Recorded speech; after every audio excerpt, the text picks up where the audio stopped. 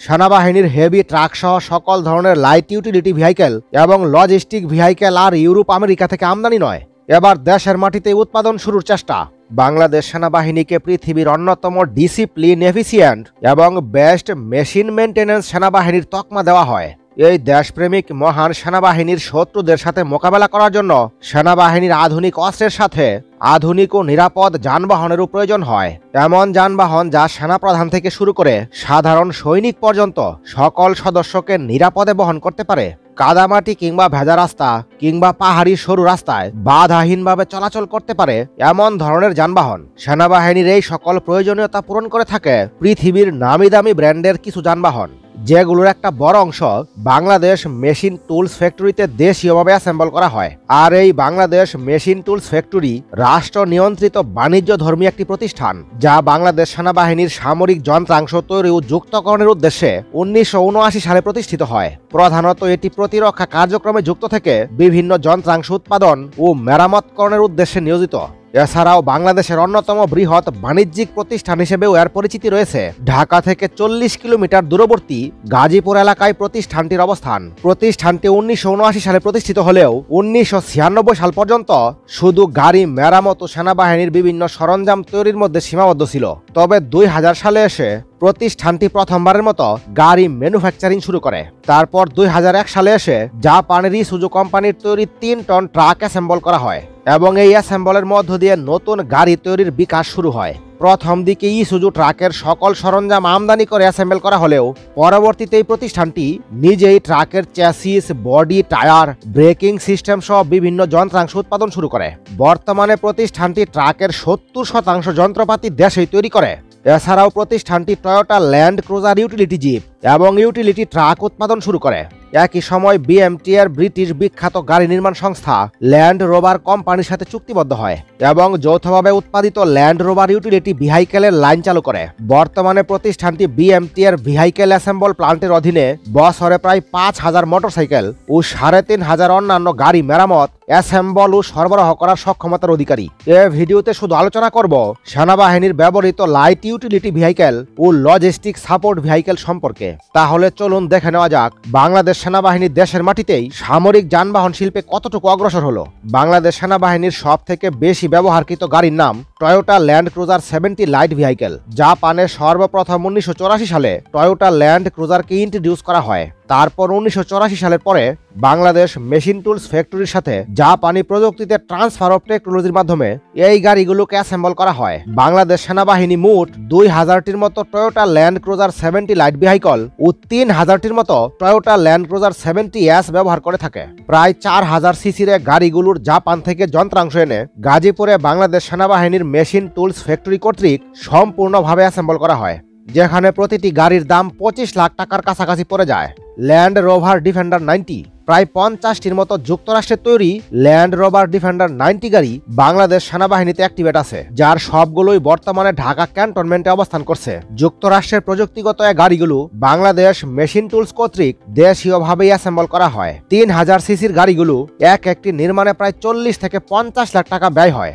KIA KM420, এটি দক্ষিণ কোরিয়ার তৈরি একটি লাইট ইউটিলিটি ভেহিকেল। 6 আসন বিশিষ্ট প্রায় 2200 সিসির গাড়িগুলো 100টির মতো বাংলাদেশ সেনাবাহিনী ব্যবহার করে থাকে। প্রতি ইউনিট প্রায় 25 লক্ষ টাকা দরে বাংলাদেশ সেনাবাহিনী দক্ষিণ কোরিয়া থেকে আমদানি করে থাকে।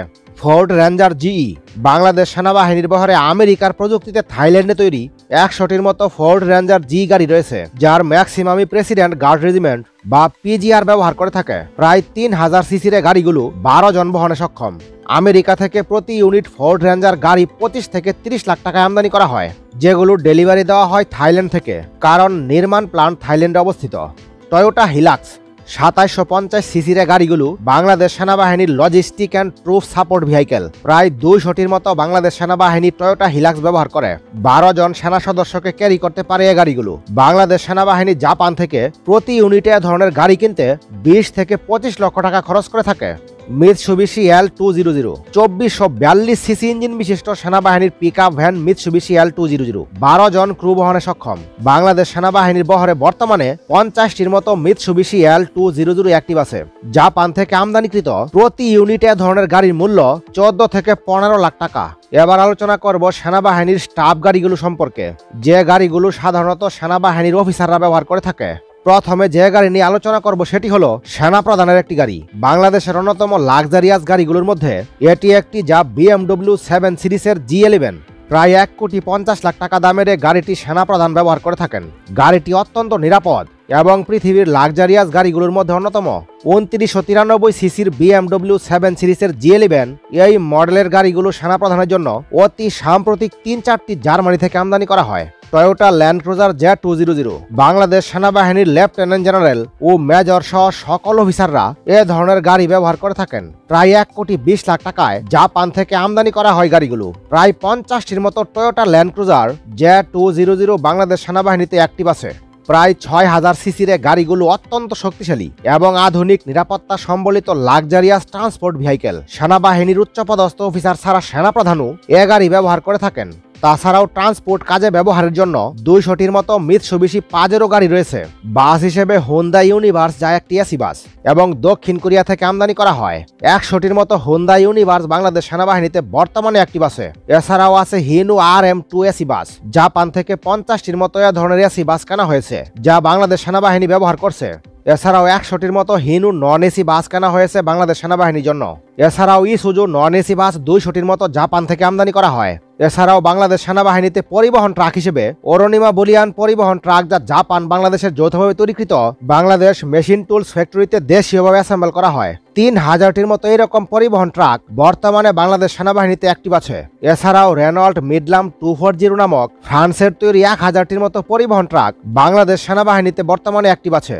তাছাড়া মার্সিডিজ বেঞ্জ 117 পরিবহন ট্রাক, যা জার্মানি থেকে 4000টির মতো আমদানি করা হয়। তাছাড়া বাংলাদেশ সেনাবাহিনীর সহায়ক যান হিসেবে জাপানের তৈরি ইসুজু TSD-45 ট্রাকগুলো ব্যবহার করে থাকে। এগুলো সেনাবাহিনীর troops carry, howitzer moving, logistic carry ইত্যাদি কাজে ব্যবহার করা হয়। বর্তমানে সেনাবাহিনীতে 200টির মতো ইসুজু TSD-45 ট্রাক রয়েছে। তাছাড়া বাংলাদেশ সেনাবাহিনীর বহরে অনেকগুলো অ্যাম্বুলেন্স রয়েছে।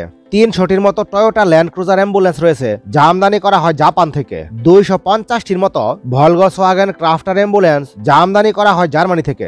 আরও রয়েছে 200টির মতো মিৎসুবিশি L300 অ্যাম্বুলেন্স, যা আমদানি করা হয় জাপান থেকে। তাছাড়া রয়েছে 100টির মতো টয়োটা হিয়াস অ্যাম্বুলেন্স, যেগুলো আমদানি করা হয় জাপান থেকে। তাছাড়া 200টির মতো সানসলি অ্যাশেক্স 2110 অ্যাম্বুলেন্স রয়েছে, যেগুলো আমদানি করা হয় চীন থেকে। তাছাড়াও সেনাবাহিনীর ট্যাঙ্ক এবং আর্মোর্ড ভেহিকেল সহ আরও অন্যান্য যানবাহন অ্যাসেম্বল করা হয়, যেগুলো এই ভিডিওতে আলোচনা করা হয়নি। পরিশেষে একটি কথাই বলা জরুরি, সামরিক কাজে ব্যবহৃত সমস্ত যানবাহন তৈরির টেকনোলজি যত দ্রুত সম্ভব আয়ত্ত করতে হবে। তা না পারলে যুদ্ধ বিমানের মতো আরও হাইটেক সমরাস্ত্র তৈরি করা সম্ভব নয়। তবে আমরা আশাবাদী। এ ব্যাপারে আপনাদের মতামত কমেন্টের মাধ্যমে জানিয়ে রাখুন। ভিডিওতে একটা লাইক দিয়ে চ্যানেলটি সাবস্ক্রাইব করে রাখুন।